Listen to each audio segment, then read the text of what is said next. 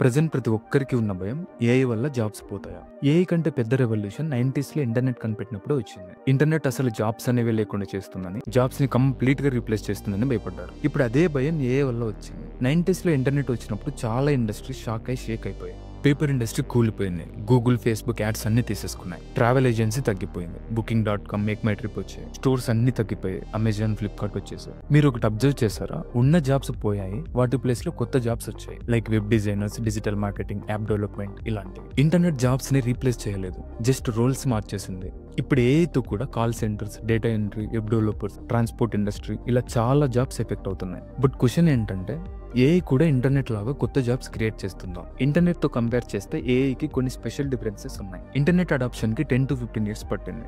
AI అయితే 2-3 years లోనే boom అయ్యింది. ఇంటర్నెట్ మెయిన్లీ కమ్యూనికేషన్, కామర్స్ ని మార్చేసింది. కానీ ఏఐ ప్రతి ఫీల్డ్ ని తాగుతుంది.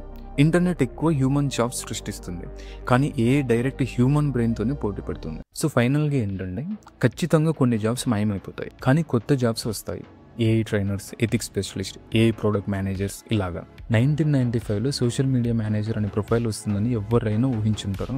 అలాగే 2030లో కూడా ఏఐ బిహేవియర్ సైకాలజిస్ట్ అనే ప్రొఫైల్ రావచ్చు. అసలు క్వశ్చన్ ఏఐ మన జాబ్స్ తీస్తుందా అని కాదు, నువ్వు ఏఐతో పాటు ఎదగాలనుకుంటున్నావా? మీ ఒపీనియన్ ఏంటో కామెంట్స్